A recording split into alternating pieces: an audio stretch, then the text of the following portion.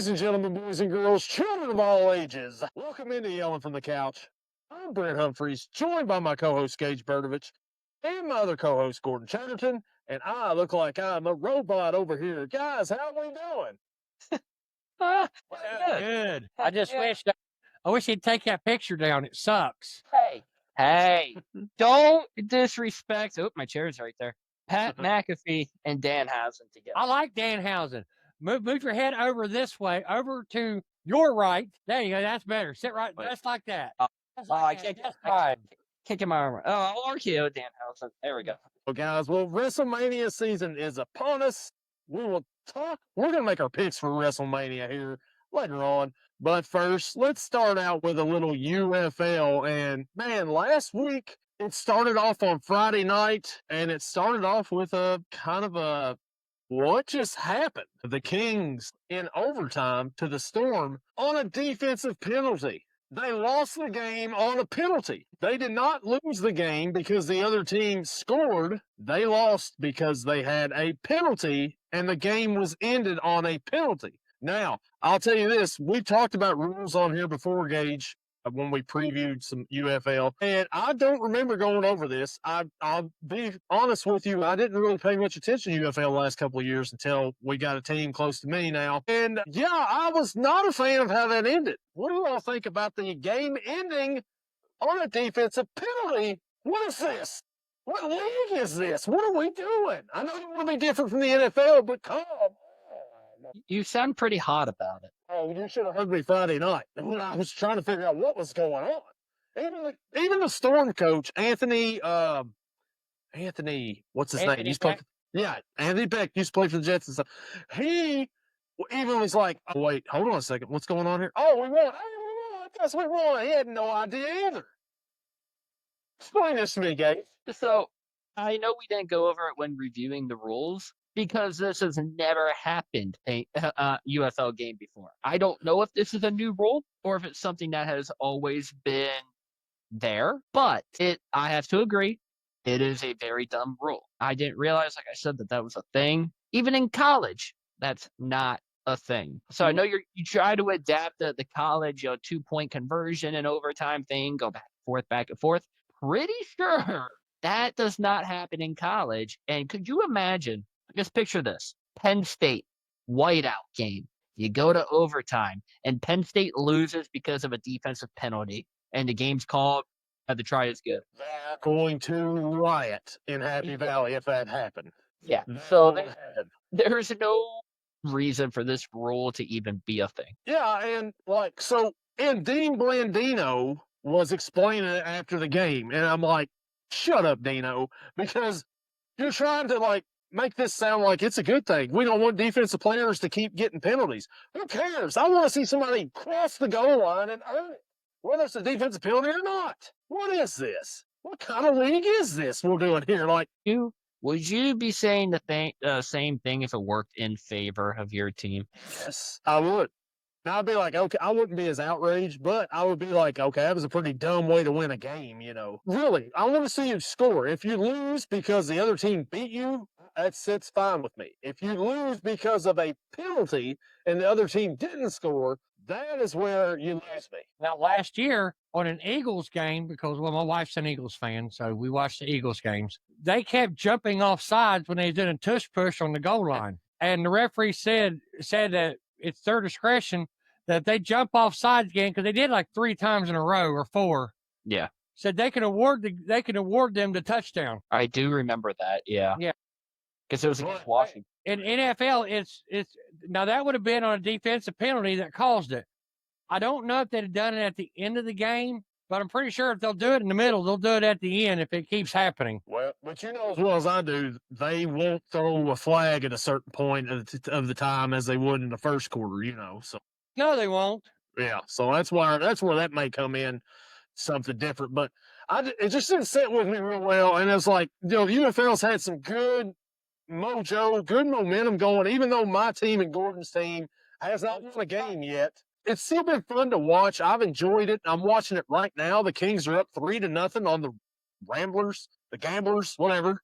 See, I'm still learning that the Gamblers are like the worst team in the league. So if the Kings can't win tonight, then I've got like no hope for the rest of the season. No, my team is the worst team in the UFL.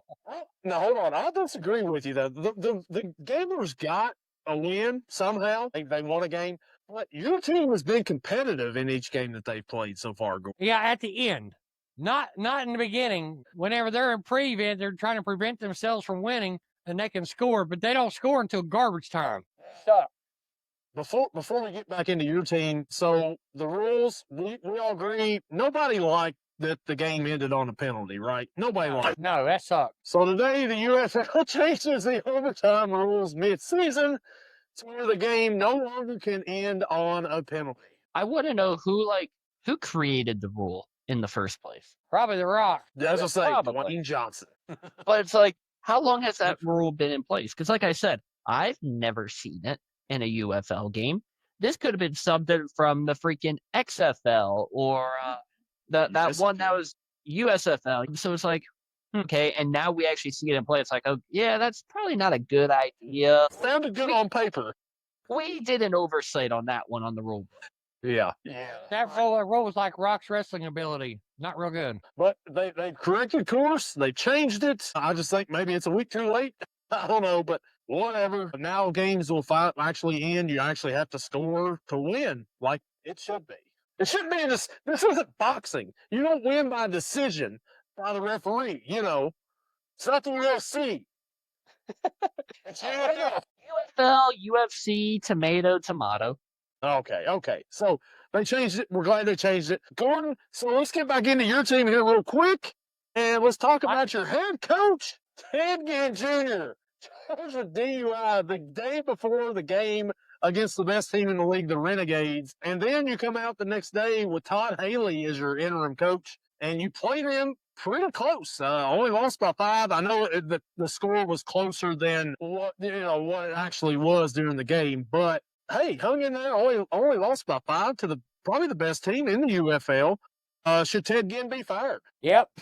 I really don't have to go into a monologue about that. I'll be like, if I was there and they asked me that question, I'd be like it from Storage Word. Yep. Dave. Yeah. But that's a pretty damning statement right there that you come out the next day and you play the Renegades, the best team that close without Ted Ginn. That pretty much says, hey, maybe this guy's not the head coaching material that we were hoping for. Just because he's, played at Columbus doesn't mean the homecoming is going to be great or anything like that, apparently. That's what I said. After watching that first game, I said his head coaching paralysis is about like his pro career. Not good. Imagine, being 2 games into your professional coaching career and you get arrested. Yeah. Maybe he should have drank a little bit before the games. He might have coached better. He got arrested like in the afternoon. What time was practice that day? Was this why were you day drinking? Like a DWI, like driving while intoxicated in the middle of the afternoon in Dallas. Did you watch any of the Aviators games, Gage? I have not. No. If I sucked that bad at coaching, I'd probably drink during the day too. Well, I guess he's back this week. I'm not sure. Have we heard? Is he back in the coaching? I haven't. This week. I didn't even know he was charged with a DWI. So, as we mentioned, With him. Driving with an idiot. It could be. Was McClendon with him? Probably. That would be the idiot. Gotcha. Terrible. So the Aviators, they hang with the Renegades, but they fall. The Renegades, do we still think that they're the best team in this league right now, guys? That was at home. Yeah, I mean, you could slip up every once in a while, but they still won. Yeah, the sun shines on a dog's ass once in a while, so. Well, Gage, I thought maybe you would kind of go different here and say that, I don't know, the DC Defenders, they roll 45-7 over the Gamblers who are facing the Kings right now. Just dominant performance from the Defenders all the way around. They're looking like, the defending champs should. It's the Gamblers. We get it. But still, 45 points on any pro team, that's pretty impressive. You got to also think about it. Like, Houston was without, their 3 starting quarterbacks? Yeah. They they had a guy with the last name of Tagovailoa playing quarterback, and his first name was not Tua. Oh, brother. Little brother Tua. Yeah, Really? there's a reason why this guy didn't exactly make it out of college. Barely made it in college. I mean, barely completing 52% of passes, 171 yards, a touchdown, pick six. And his touchdown came, let's see here, with 4 minutes to go in the third. And it was the only thing that they scored. But the defense for Houston, looked awful. I mean, you look at Tamu's numbers, not great. 15 of 27, 172, one touchdown and one pick. But the rushing game, Deion Jackson, 5 for 70 and a touchdown. Abram Smith, 9 for 39 and a touchdown. Tamu, 4 for 26. Briley Moore, the tight end, 1 for 24 and a touchdown. Like, you got to strengthen up that rushing game a little bit, rushing defense-wise. Receiving game, I mean, no one to really holler home about. Ty Scott was their leading receiver, 4 for 49. Mason Fairchild, 2 for 33. Xavier Valladay, 2 for 20. And Briley Moore also had a receiving touchdown. Dude had 2 touches for 44 yards and 2 touchdowns. I think that's a pretty good day at the house there. But they come back this week. They got a good game coming up. Tamu's going to have to not turn the ball over, obviously. I mean, that's what you want to see from your quarterback. But from being the best QB in the UFL the past couple of seasons to you now have a turnover in every game so far this season. I know we only have played 3 games, but still, it's not a 17-week-long season like it is in the NFL. You can't be making these mistakes that you've been making, and I don't know why you're doing it. He probably misses Lucky Jackson. Man, it'd be good to have a Lucky Jackson, wouldn't it? Yeah, it would be. How's he doing for you? Not too bad, actually. If only we had somebody that could get him the ball. Jason Bean ain't the guy, man. I don't know that. And the announcers keep talking about, man, Jason Bean, he looks really athletic. He can throw on the run, and he can outrun some guy. What game are you guys watching? Doesn't happen very often. He wasn't even that good at Kansas. Who are you talking about? Jason Bean. I'd have Mr. Bean out there throwing for me. Mr. Bean to Lucky Jackson. I mean, it'd be so much more entertaining. I mean, Lucky Jackson, best receiver in the league by far. 3 games this season. This is before tonight. 14 catches, only 166 yards and 2 touchdowns. This guy should have 250 yards by now and like 4 touchdowns. He should have 166 yards in a game at this point in time. Yeah. For the season, he's underutilized for sure. And they keep throwing to Davidson over there, the tight end. Okay. The very first drive of the season when they threw it to Davidson, he bobbles it 17 times and it gets intercepted. Maybe not throw to that guy so much. Maybe give him less targets and target Lucky a little bit more. Can we do that? Yeah, obviously. But the defenders roll, they're looking pretty good, and they're showing the sudden death overtime shootout right now on the NFL Network. It says defensive holding. This game is over. Orlando wins. And in the last UFL game, the Battlehawks defeated the Stallions 34-30. Now, I thought this was a really good weekend of football, aside from the Defenders Gamblers game. Really wasn't that good, unless you're Gage, who probably just enjoyed watching the beatdown. But the Battlehawks and the Stallions, all these teams are pretty close together talent-wise, I would say. But did you guys happen to catch any of this game? Caught bits and pieces of it. I know the Battlehawks were down for a while, and then the Stallions came back, and they were like trading leads. So I know it was a very back and forth game. I know I saw Deion Kane's 67-yarder, and then Hakeem Butler like right after that. I was like, all right, this is a shootout now. Yeah, just Battlehawks. I think have they lost any this season? They lost one game. The Battlehawks are 2-1 to the Renegades, didn't they? Because they beat the Defenders in week 1. Okay. And the Stallions beat the Kings in the first week. And look, Dean Blandino's back on my TV screen to explain I'm telling you, give me somebody else. I don't know. I'm tired of Dean Blandino. Dean on the show. Can we? Oh, let's get Dean on the show. Well, so that's UFL there. We're going to make picks in a second. Speaking of replacement officials, can we get a replacement replay official for the UFL? Give me Mike Pereira or whoever else there is out there. To be fair, Dean was just doing his job. It was part of the rule book. You can't blame Mr. Blandino. So the NFL, they're onboarding replacement officials for this upcoming season. Gordon, how do you feel about this? I mean, this doesn't bring any flashbacks to you about a Fail Mary or anything like that, does it? Yeah, it kind of does. It kind of makes me sit there and think to myself, why? Didn't you strike a deal with the officials? Just redo it. Bring them back. What are you going to do? Wait for another up to cost you more money? The referees ought to be thanking Seattle because it gave them a contract that they were wanting in the first place. They wasn't going to pay him until that big, huge up. Yeah. Yes, it scares me to death. I just hope it's not on my game again. Man, so this was a big story back when they done it. What was it, 13 years ago or something, Gordon? It was Russell Wilson's first or second season, I think, maybe. It was his So it's about 2013 or something. But we know what a disaster that turned out to be, and I've got a feeling it's going to be the same. We complain about the referees they have now, but just imagine these replacement officials. They're going to be 50 times worse than what we ever thought would have out there now. I think that this is a bad deal for them right here, bringing in the replacement officials. Get a deal, get the other guys. Yeah, get the other guys back in here. Come on. Yes. So let's go and let's talk about the Reds play the Twins this weekend. Last time we was on here, Gordon predicted a sweep for the Reds, and they got it. They ended up getting a sweep in that series that they had. There was a fight today, sort of. The Giants beat the Reds 3-0 to avoid a sweep, and then all kinds of chaos happened. Spencer Steer gets hit. Willie Adames gets hit.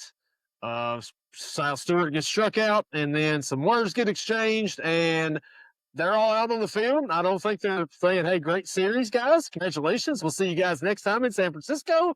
I hope you all have a great summer, and we'll catch you down the road. I don't think that was a conversation going on there, but Reds getting red hot here, fired up, maybe fighting-wise. I don't know about standings-wise, but they were top of the NL Central. Can they continue it in Minnesota this weekend? Gordon, I think the Reds go 2 out of 3 on the road this weekend. What do you think? Against Minnesota? Yeah, I do believe a strong consideration for winning the series. And once again, there's a possibility of a sweep. It just depends on one of the Twins pitchers. If he's having a day, it's going to be a sweep. If he's having a good game, might just win the series. Gage, before we talk about your Pirates and their series coming up, you give us an update on the Cleveland pitcher there in the 9th inning? Yeah, so last I knew, let's take a look here. Give up a hit. Oh, you gave up a hit? No. In the 9th. Sucks. Parker Messick, 8 innings, 1 hit, 2 walks, 9 Ks, 4-0 lead for the Guardians. That's and a fucking hell of a stat line. He did it in 109 pitches. Yep. So we almost had a no-hitter tonight. Not meant to be. But they're keeping him out there right now. Why not? Why not just let him finish, get the shutout? Well, usually it's one of those things you see like, oh, the pitcher's on the line for a complete game or for a no-hitter or a perfect game. And then, they let one hit or a walk or whatever happen. It's like, all right, get him out of there. I bet you Stephen Kwan went up and talked to him after the 8th inning and cursed him. I bet that's what happened. He pulled the Danhausen on him. You don't talk to the guy with the no-hitter, man. What are you doing? Probably. It wouldn't surprise me if it was Kwani. Jose Ramirez knows better. He wasn't going over there. Gage, your Pirates, they host the Rays this weekend. So far, man, we're both up top of the NL Central. What do you think for your Pirates this weekend? I'm actually expecting a good series. The Pirates are 11-8. They split the series here with the Nationals this week. And then the Rays are 11-7. Just looking at the pitching matchups, tomorrow, Friday, Nick Martinez for Tampa Bay, 2.16 ERA, 11 strikeouts. And for the Pirates, Bubba Chandler, 0-1, 3.86, and 14 strikeouts. That should be pretty good, but Nick Martinez doesn't have yeah, I wasn't going to say that. I wasn't going to say it, but the Pirates are used to him. Just, say that. But Chandler has had some control issues recently. A lot of walks in his first couple starts this season, which you don't like to see. Obviously, you want to get that under control. Saturday, Drew Rasmussen for Tampa Bay, 1-0, 1.13 ERA, and 17 strikeouts versus Paul Skeens, 3-1, an inflated 4.0 ERA and 18 strikeouts. It's Skeens' bobblehead day. It's also the first day of hockey for Penguins playoffs. Pirates are going to win that one. And then for Sunday, Shane McClanahan, 1-1, 3.95, 13 strikeouts, and Mitch Keller, 1-1, 2.86 ERA, 14 strikeouts. I'm going to take the Pirates to take 2 out of 3 on this. Last time we did the predictions here, I said they would take 2 of 3 from Baltimore, and they ended up sweeping Baltimore. So I kind of hope that happens again. Yeah, well, I guess we'll have to see. Hopefully not. But hey, it's more fun when both of our teams are at the top of the Central. I know it's April, but man, I like seeing the Pirates and the Reds up top there. It's just something about it. Agree on. We both like the Reds. Yeah, right. So the Reds, I don't feel good about Friday night's game, though, for the Reds, that Brandon Williamson rolls out there. I mean, now, he pitched good the last time out, but his first start was, man, that was not good. That was against the Pirates. No, it was pretty good. It depends on which team you were cheering for, I guess, in that one. So let's get into our picks for the UFL, guys, before we get to what you all were waiting for here. We'll talk about that in a little bit. But our picks here, yeah. Real quick, Parker Messick, back-to-back hits now, and he's being pulled, no outs in the 9th inning. Cade Smith coming in with runners on first and second to try to clean it up for him. Man, I hate that for the kid there. That would have been a good story for him there to get the no-hitter in Cleveland, but yeah, it happens. All right. So week 1, we did picks, and Gage went 4-0. Gordon went 3-1. I went 2-2. Last couple of weeks, we didn't make any picks. I don't think we did picks week 1 either, did we? Or did we? It's week 2. Yeah. No. Was it? We did week 1 picks, and then week 2 was Anderson, wasn't it? Yeah. Week 2, and then week 3 was Dalton. Yeah. Yeah, we did picks week 3. There we go. We're going to do week 4 picks now, and we start out with Thursday night. Now, we're recording right now during this, so we're not even going to pick it. I mean, well, I guess we could. It's 3-3 right now in the first quarter. Kings at the Gamblers, 8 o'clock on the NFL Network. Louisville is a 3-point favorite. I'll just go ahead and I'll say the Kings get their first win on the road against the Gamblers. What do you think? I'm also going to take the Kings in this one. If they lose to the Gamblers, you might come on this podcast next week and crash out. I'm going to be like, I'm glad I'm wearing my Beach Boys hat and not my Louisville Kings hat that they just dropped on UFL.com. I'm going to agree with y'all. I think Kings get their first win. Then we move on to Friday, and Gordon, the Renegades travel to Columbus to face the Aviators at 8 o'clock on Fox. Dallas is a 4.5-point favorite. This game was decided by 5 points last time in Dallas. As long as we could keep Ted Ginn maybe off the sidelines, maybe somebody takes him out tonight, gets him to where he's not able to coach tomorrow. What do we think here? What do you think? Gage, what do you think on this one? I'm going to, I don't know.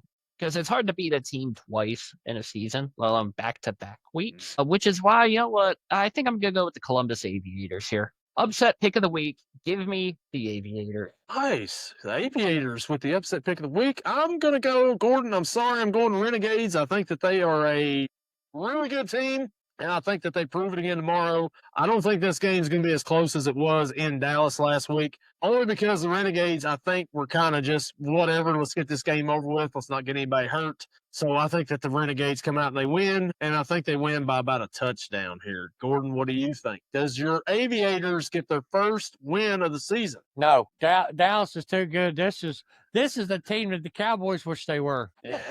Yeah. The Dallas Renegades would win more games than the Dallas Cowboys, I think, right now. Yeah, but as a matter of fact, I think you're being kind of generous by saying a touchdown. I think they're going to lose by at least 10 or more. It's going to be a double-digit loss. If they lose by double digits to Dallas at home with Ted Ginn coaching, wouldn't that just be automatic? Let's get rid of this guy right now, because obviously they did better with Todd Haley on the road against Dallas. Well, yeah. I said last time I said that it was against the Defenders. I said they're going to lose by double digits. Damn, they almost doubled the score on them. Yeah. they about did. Yeah. The Aviators put up points. They put up a lot of points, but man, they can't stop anybody. They couldn't stop a fart with a wind fan. So we go to Saturday, and we got the Battlehawks traveling to D.C. to face the Defenders at 12:30 on ABC. DC is a 3.5-point favorite at home. I'll start with this one here. The Battlehawks beat the Defenders in week 1 at St. Louis. There was 30-some thousand people. That crowd was crazy, rocking, ready to go. The Defenders, I think they found something here. They're on a roll. Now, like you said, Tamu kind of gives up the ball a little bit too much. But the Defenders, they can score in bunches. I think that they do here as well. Give me the Defenders to win this one, and I think that they cover that 3.5-point spread at home. Gordon, what do you think here? I think it's going to be almost a repeat of week 1. Give me the Battlehawks because they are the road dog. Jesse Jade. Road dog, Jesse James. Yeah. Gage, what do you think here? We had to get that in there. We did. I was maybe going to use it the next time, but probably not. Yeah, I mean, I got to roll with DC here. The Battlehawks are the biggest rivalry for the Defenders, and there's no way they let them beat them twice this year, especially being at home. You got the beer snake going. It's going to be midday drinking. Ted Ginn Jr. might be there. We don't really know. But give me the Defenders, and they cover the 3.5. Hey, that'd be good because if he's there, that means he's not coaching the other team. So update on the Guardians game, top of the ninth, 4-2 now with runners on second and third and 1 out. Oh man, it's getting a little scary. I have Cade Smith in fantasy too, so thank God those 2 runs are charged to Messick and not him. He's got runners on second and third, and those will be his right there.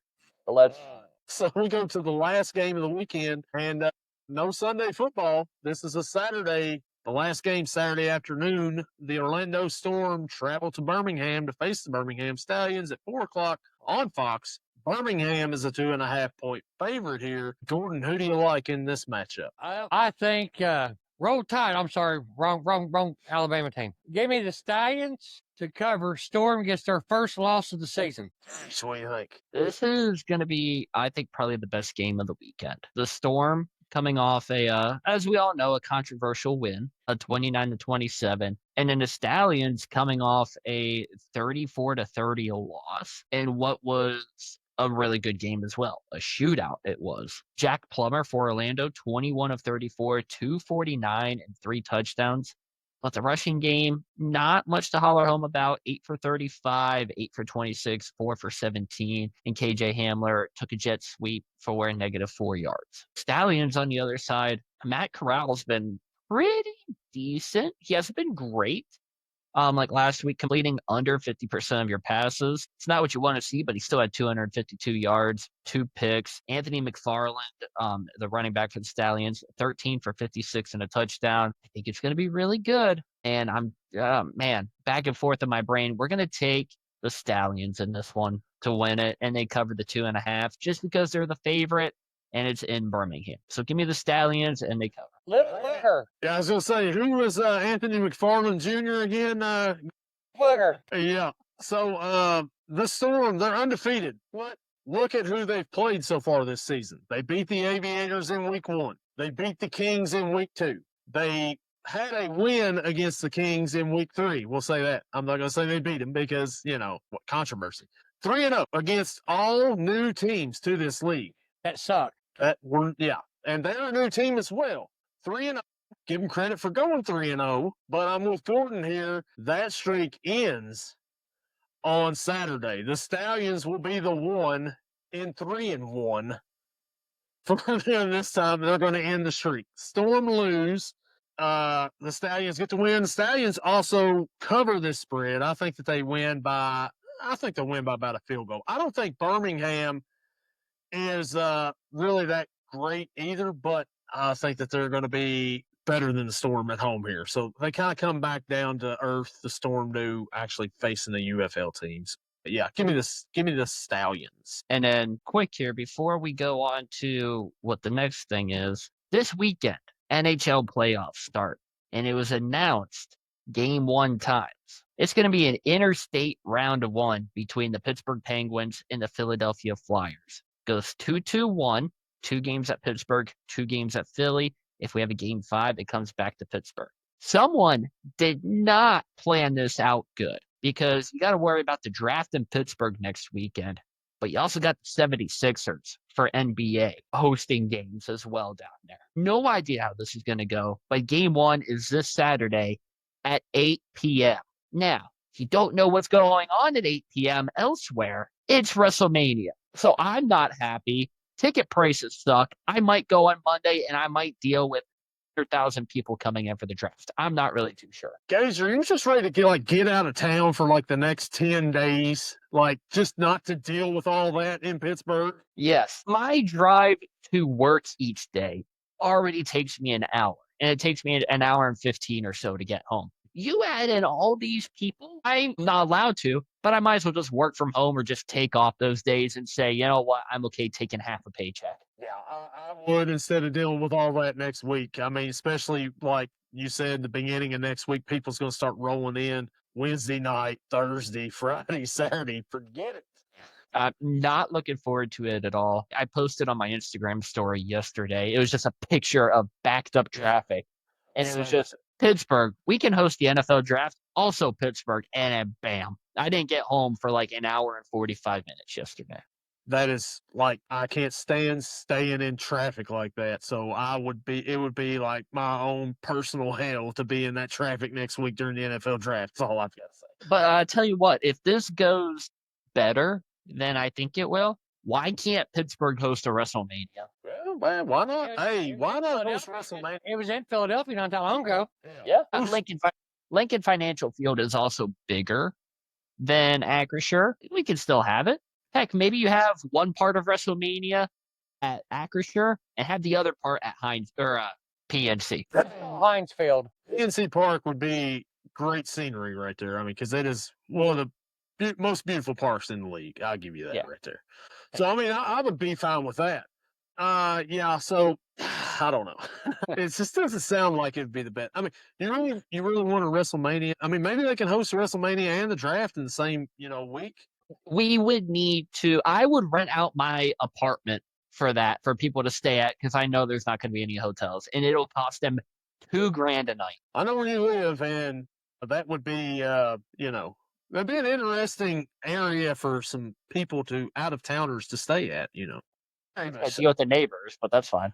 Don't we all, though? So, do we have anything else we want to add? The football draft's coming up next week. Okay. I want to bring up one thing real quick, NFL-wise. I didn't write down my topics, but I seen it on here. All right. Dexter Lawrence is asking for a trade. So, the Bengals, I guess, have been interested, apparently.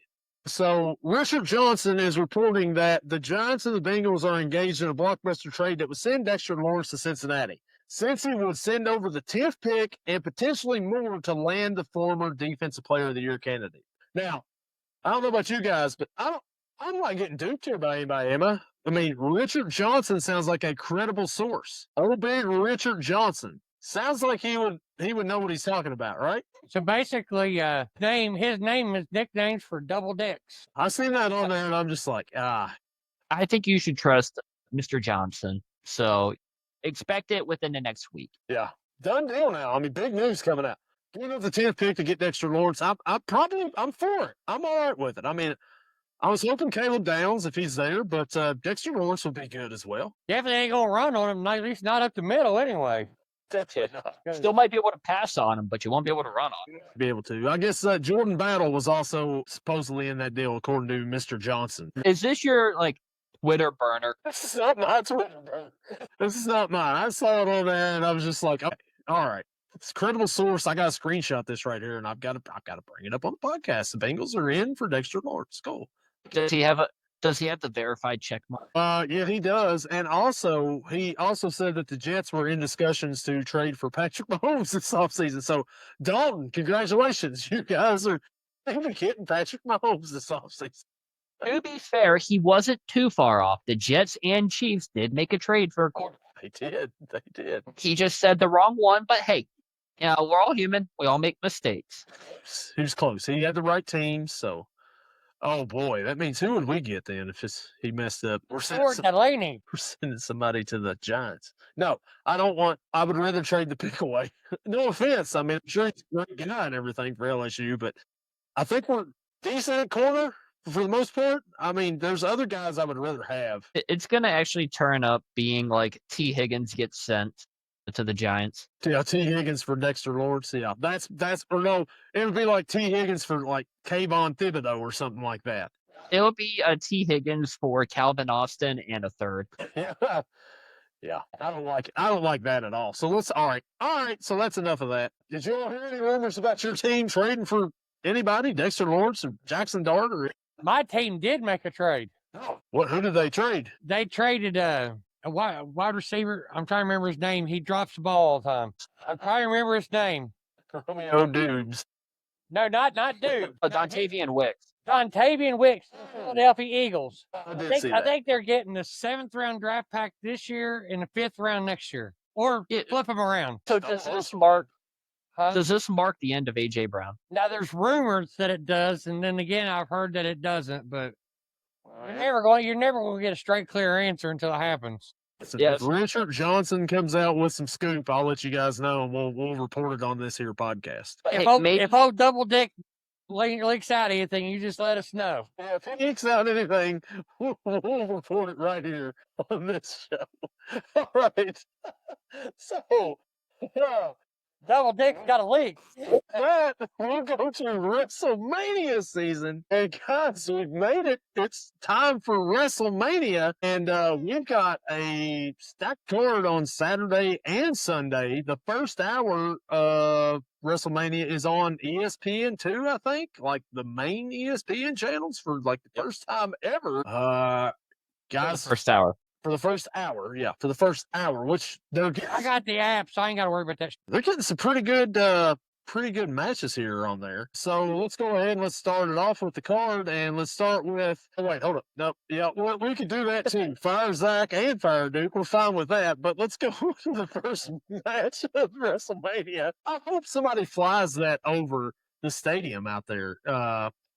Can't wait. Let's see how much a banner costs to fly it across there right now. Fire Zach and Fire Duke. Where else are you going to get that many eyes to see that this weekend? I mean, several of them. People from the UK will be like, I don't know what this means. The Duke of what?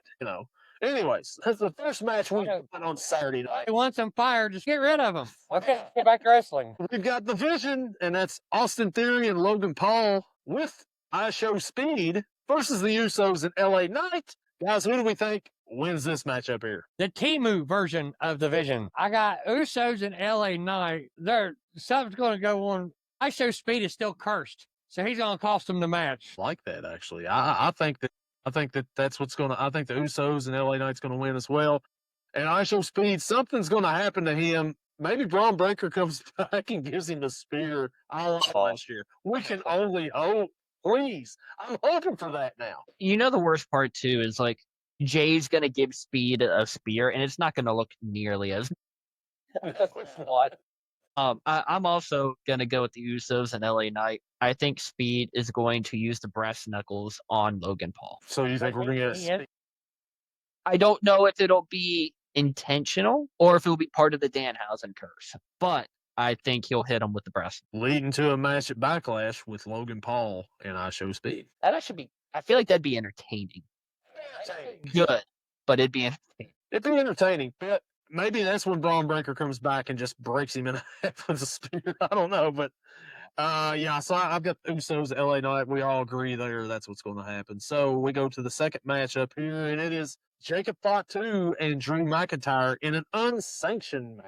What do you think, guys? I'll be honest. I have not been keeping up with this storyline too much, but if there's one thing I know, it's that Drew McIntyre always gets screwed over at WrestleMania. So we're gonna go with the Samoan werewolf, Jacob. Woo!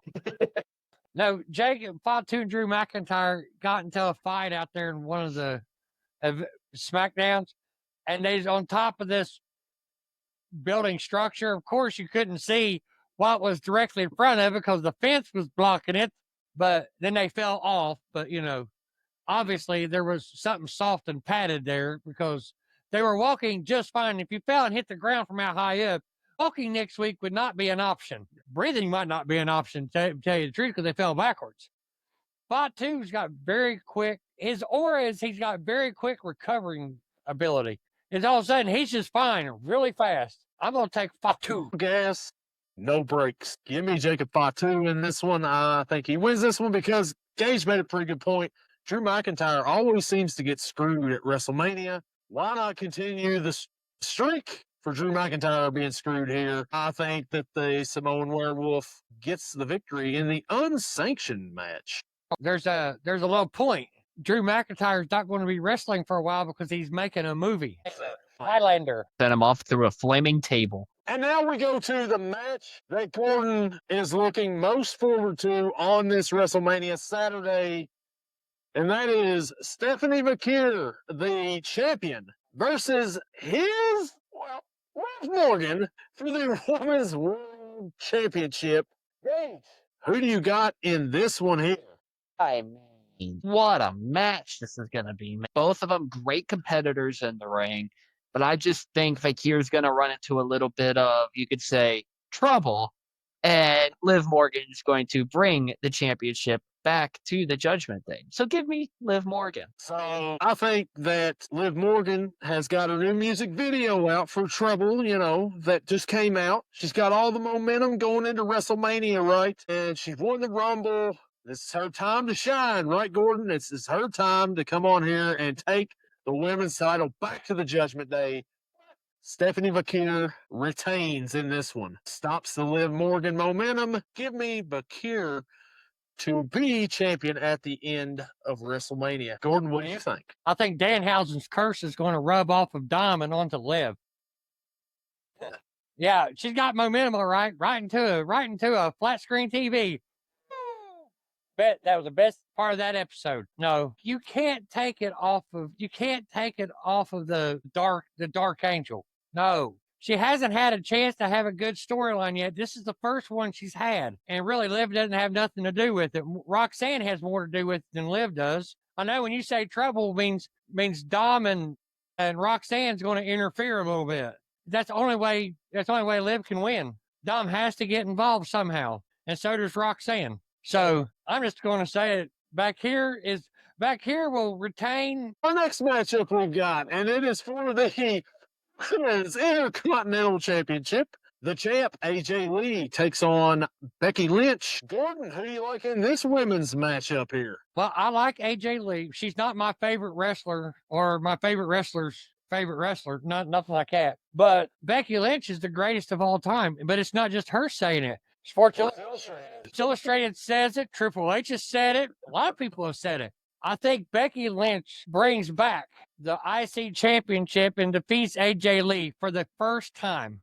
What do you think here on this women's IC title match? This is where I'm kind of playing off of my pick of Liv Morgan winning. You got the heel winning that one. You're going to have the face win this one. AJ Lee is going to retain, and we're going to have some more storylines and some more dream matches between her. And maybe we run it back with the Bella Twins. Who knows? God, no. AJ Lee's kind of been, in and out since she's been back officially. Right? So she hasn't really got a whole lot of momentum, I don't think, with this title. I'm with Gordon here. I think Becky Lynch wins it back and brings that prestige back up for the women's IC title. Give me Becky Lynch to be the new champion after WrestleMania. Let's go down to the next matchup we've got. Another women's match. This is a four-way. The Irresistible Forces, Nia Jax and Lash Legend versus Charlotte Flair and Alexa Bliss versus Bayley and Lyra Valkyria versus the Bella Twins for the women's tag team titles. Gage, who do you think takes the titles home at the end of this four-way?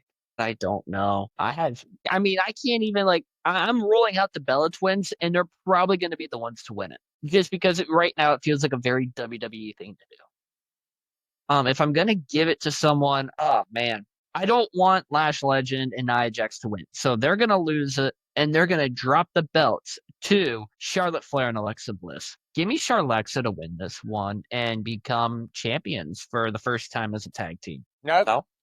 They had them before. They lost them to the Kabuki Warriors. I don't watch SmackDown, so I don't really know. But I'm still going to go with Charlexa. You got here.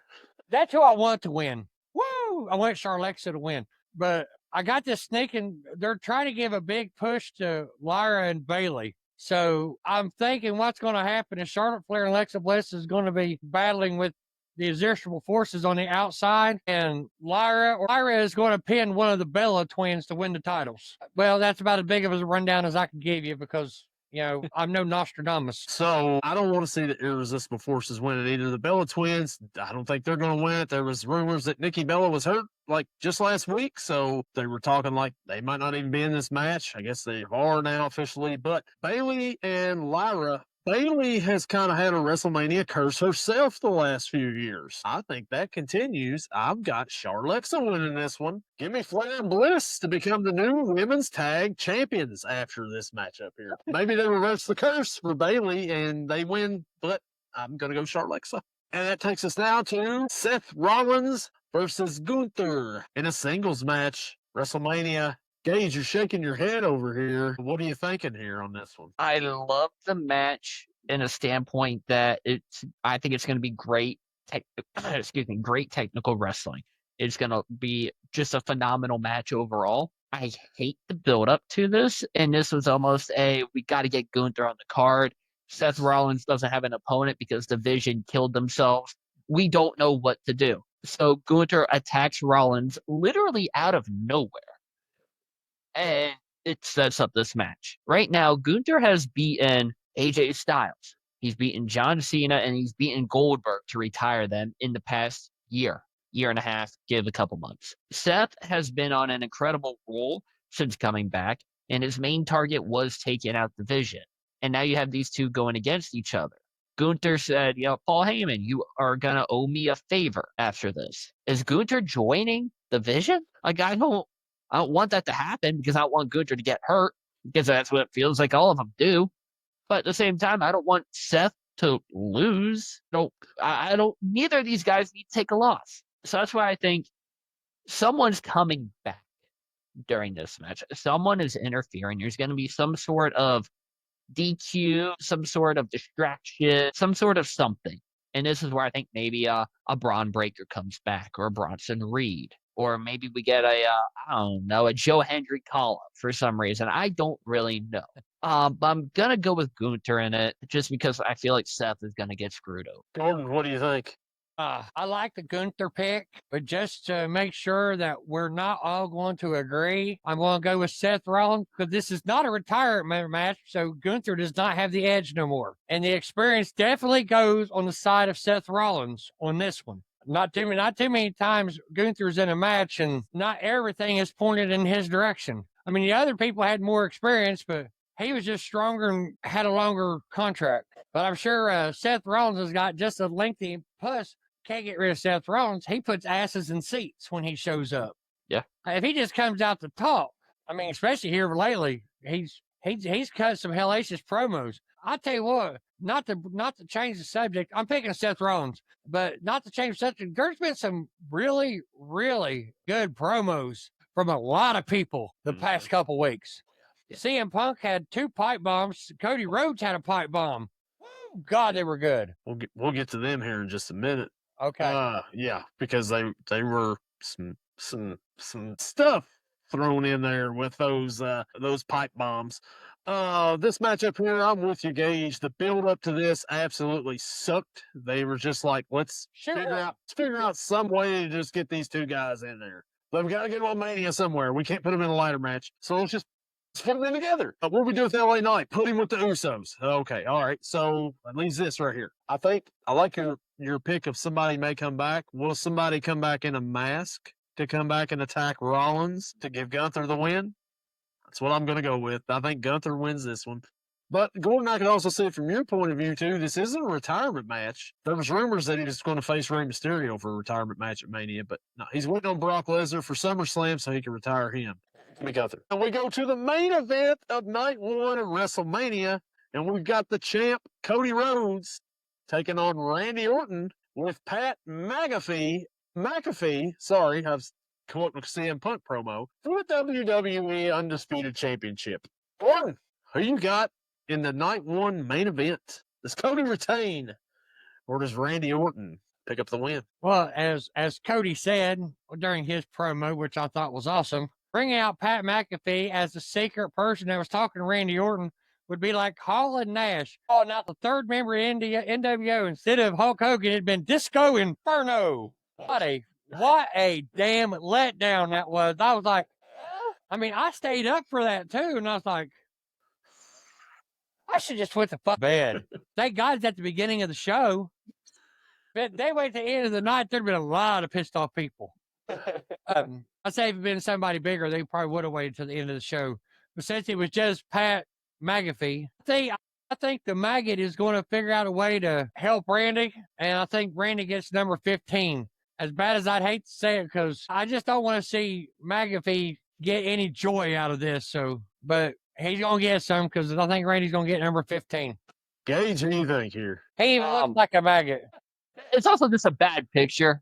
The way that his mouth is open, it's really just frozen awfully right there. Yeah, he looks like he's in the middle of an epileptic seizure. Oh, by the way, I gotta reiterate something. I made a boo boo. McIntyre is in Highlander, but Henry Cavill is a Highlander. Drew McIntyre is just gonna be in the movie. My bad. I made a boo boo. All right, But The Witcher. I hate Cody as champion. I've been saying this even before McAfee got involved and everything. I hate Cody as champion. I know he puts people in seats, and that's why he's been it for a while. And I know that the hate on McAfee right now, he hasn't been wrong in a lot of the stuff he said. Cody, being called a paper champion, you got some truth to that right there. Just not a fan. And I'm a big fan of Randy Orton. RKO everybody. Kill everybody. Randy Orton's winning number 15.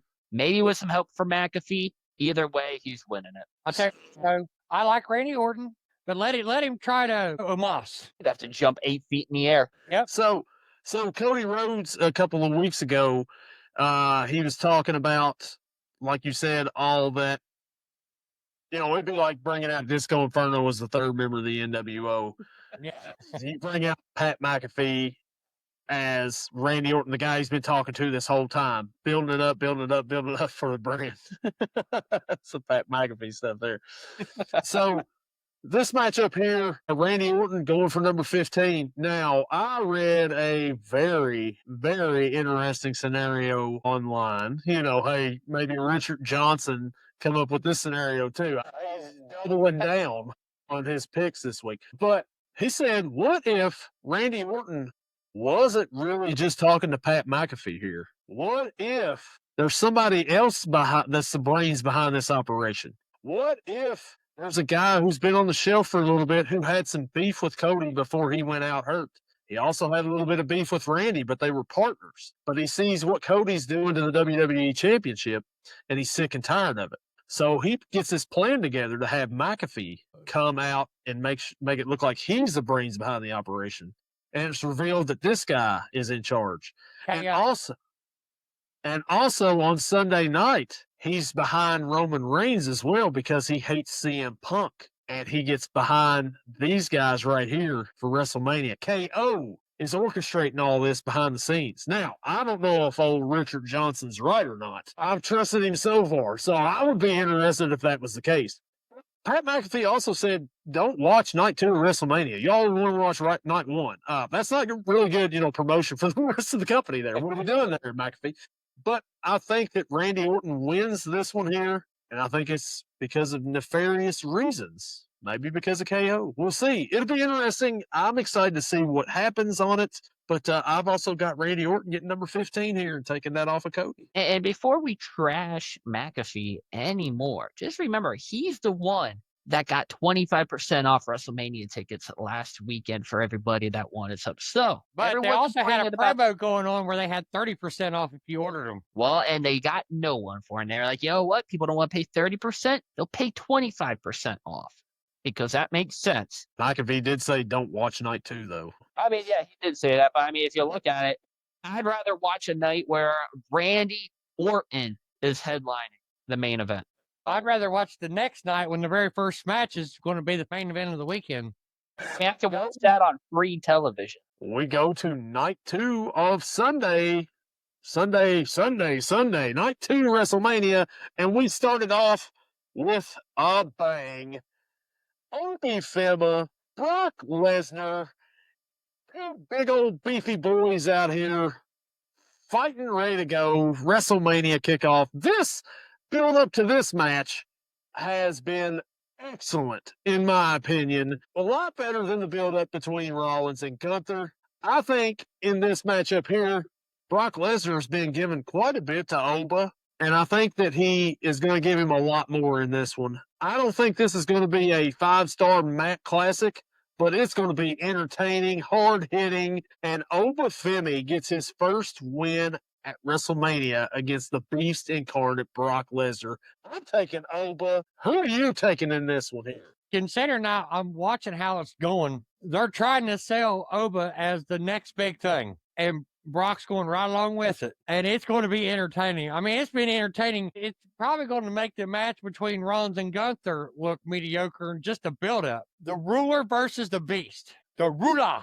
Give me the ruler. Gage, what do you think? You agree with us, or do you think Brock gets a win? Oh, and I love Brock. Oh, yeah. And I think, you know what, we're going 3 for 3 on this one because I'm also taking the Nigerian ruler, Oba Femi. Doing the Santa Claus dance, you know. When you watch the stands and he comes out, you know the crowd normally, mocks sings the songs along with them, or they'll do the gestures like, the EO Sky doing this stuff. How many people come out there with the walk and the crowd is sitting there imitating the walk? Not many. He's the only one I've seen in past 20 years where they've done that. I'm like, that's impressive. So that's kicking off. That's on ESPN, the first hour. Also, this matchup right here, I think, is supposed to be on there too. It's the 6-pack ladder match for the IC title. Penta, the champ, against Javon Evans, Dragon Lee, JD McDonough, Rusev, and Rey Mysterio. Gordon, who do you like to climb the ladder and pull down the IC title? Well, okay, you got the champion. Then you got the boys bouncy. Then you got Dragon AJ Lee Styles. Then you got the world's tallest midget.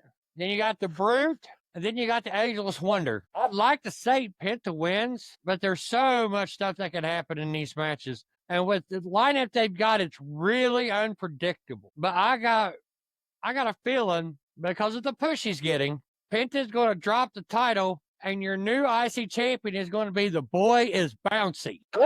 I'm going to agree with you on this one here. If Penta was in a triple threat or a singles match, I think he continues it because he's just trying to get started with the IC title. But where it's a ladder match, anything can happen. What better way to get the belt off of Penta onto another babyface than to have Javon Evans in a ladder match? He's going to do something spectacular in this match. I think Javon Evans wins this one. But my question here is, this is for the IC title. Why are they putting Dom's deadbeat dad in this matchup? You know what I'm saying, Gage? Like, come on. What do you think? All right. Yeah. Why do we want to put a Hall of Famer in a title match? Oh, gee, I don't know. But we can you want to switch this match around a little bit. We got 3 luchadors versus an American versus an Irishman versus a Russian. This is all over the place already, just with the people. I agree to a certain point. Javon Evans is going to do something crazy, but he's going to do something crazy too late. He'll be reaching for that IC title and then jump off the ladder, take everyone else out, and there's going to be one person remaining. And that person's going to be someone who came back to WWE, didn't really get a push until now. They're going to put the IC title on Rusev and give the Russian the title. Well, as much as I want Javon Evans to win, I also want to be different than you two for this because we have 6 people to choose from. Hey, I wouldn't be mad if Rusev got the title. The only person I don't want to see with it is the world's tallest midget. Dummy. Skip.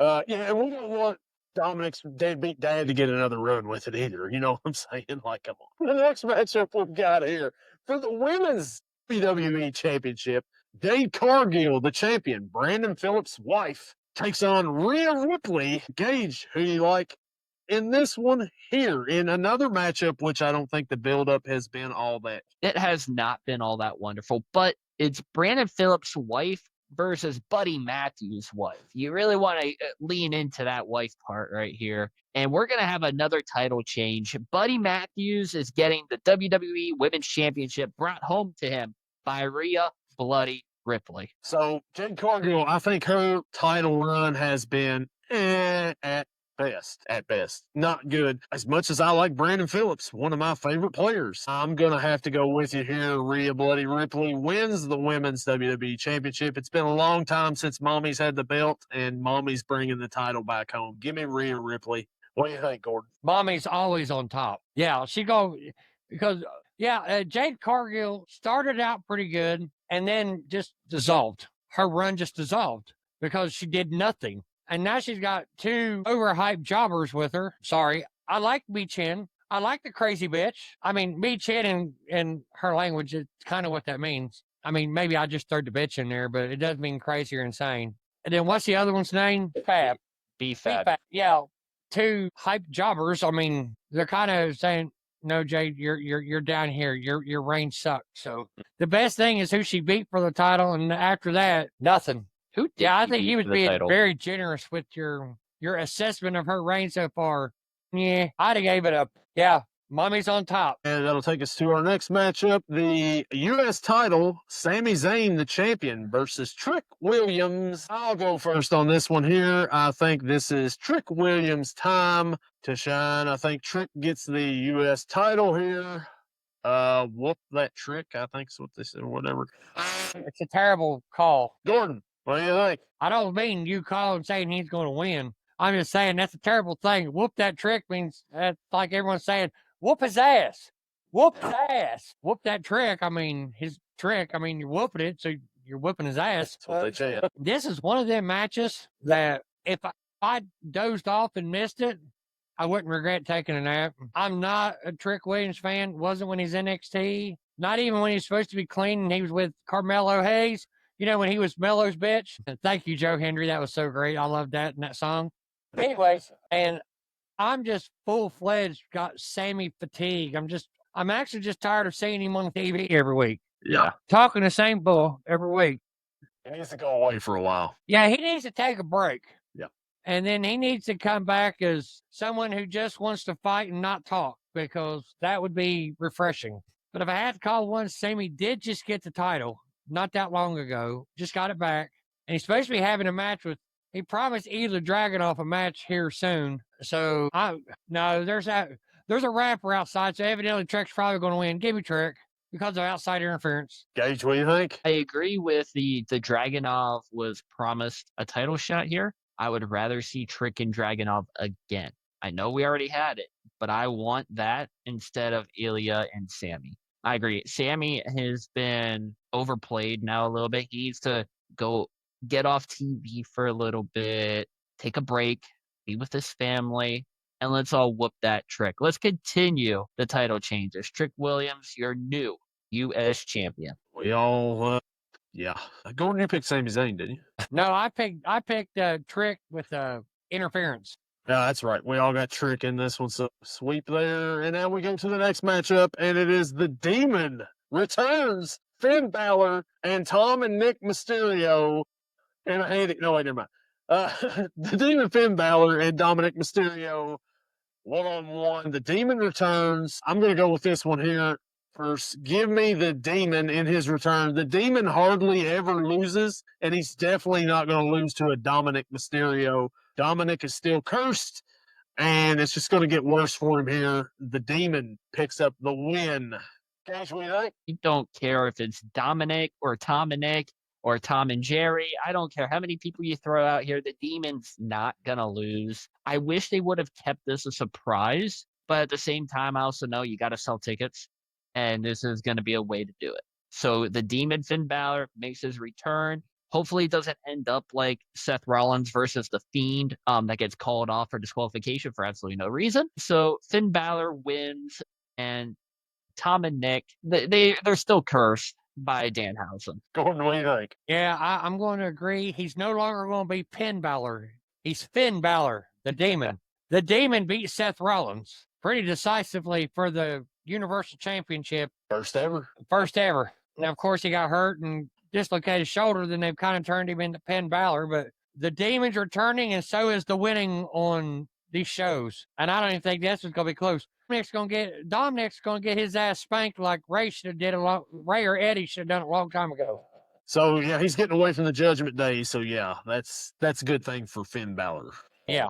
Around. And now we go. It's about time Judgment Day completely break up. About they're on their last legs there. So we're going to our main event of night 2, and that is World Heavyweight Champion CM Punk taking on Roman Reigns. And you want to talk about some promos this past couple of months between these two. Man, they've had them. Gordon, what do you think about this matchup for the World Heavyweight Championship between CM Punk and Roman Reigns? I'm going to not just talk about the wrestling, I'm going to get downright and honest about my opinions about this. If I was going to pick who's the better overall wrestler, CM Punk, and it wouldn't even be a close match. Roman Reigns has an ace in his pocket. That's his cousin, The Rock, being ahead of TKO. That has a lot of weight on it. I don't know who you are going to pick. Don't get me wrong. I like Roman Reigns. I liked him better whenever he was the person that just walked down there, didn't back down, fought, through hands. This ain't him anymore. This is the smart-ass smile with his cap teeth Roman Reigns. I'm not such a big fan of this Roman Reigns as I used to be. I'm still a fan of him, and I would still raise the ones, but I liked him better before. But overall wrestling, if this was an actual wrestling match, CM Punk would mop the floor with him. Because Roman Reigns can't wrestle. He can fight, he can look good while posing, but he can't wrestle. He's just a shade better than The Rock, and that's not really giving too much, it's not lifting him up too high. I would say Disco Inferno could out-wrestle The Rock. 2 Disco Inferno references in one show. What do we do? Anyways, I kind of think I know where you all are going, so I'll go CM Punk. I believe we're going to look into his eyes and tell me what he sees. Cult of personality. Okay. Now, you've talked about the last few weeks, the promos and everything that's been going on. The pipe bomb that CM Punk has dropped. Last week, the 2. Last week, where he told Roman, stop me from telling lies, you'll come in the ring, and I'm going to say all this stuff here. And then Roman gets his chance. And what does Roman say quite a bit in this promo here? Did anybody catch it? He said, this Sunday, we are going to put an end to this. This Sunday, we are going to fix this. Not I'm going to fix this. It's we. Who's the we? Is it his cousins, the Usos? Maybe. Or is it who you mentioned a while ago, Gordon? Is it Pat McAfee? Is it who you mentioned a while ago? Is it The Rock? Is it who our guy Richard Johnson is reporting KO as the we? I think there's going to be some nefarious, means here for Roman Reigns to win. I think Roman Reigns wins this one because whenever he wins these big matches, he's usually got some sort of outside interference, some sort of help here. I think that continues with this one here.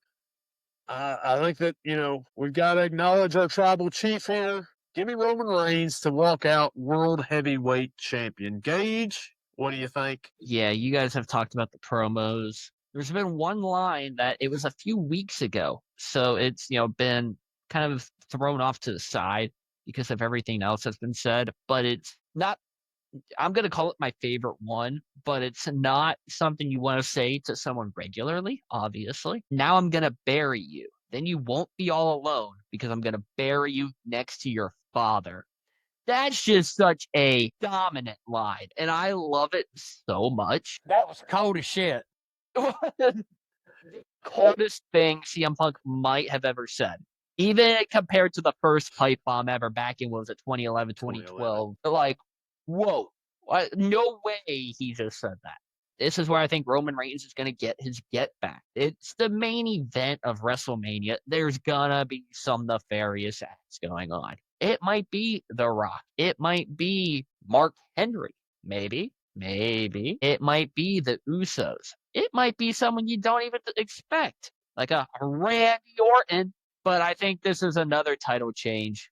Give me Roman Reigns, and we all put the ones up and acknowledge our tribal chief. So there we are. That is our WrestleMania picks for the week, or for the year, actually. We'll see how we done on them. Can't wait for it. It's coming up here soon. If y'all watched any AEW, I haven't either, but I seen something happen last night on AEW. Did you all catch it? I'm sure there's a lot that's happened on AEW that I don't want to see. Well, MJF is no longer the champion there. They give it to little Darby Allin. I love Darby.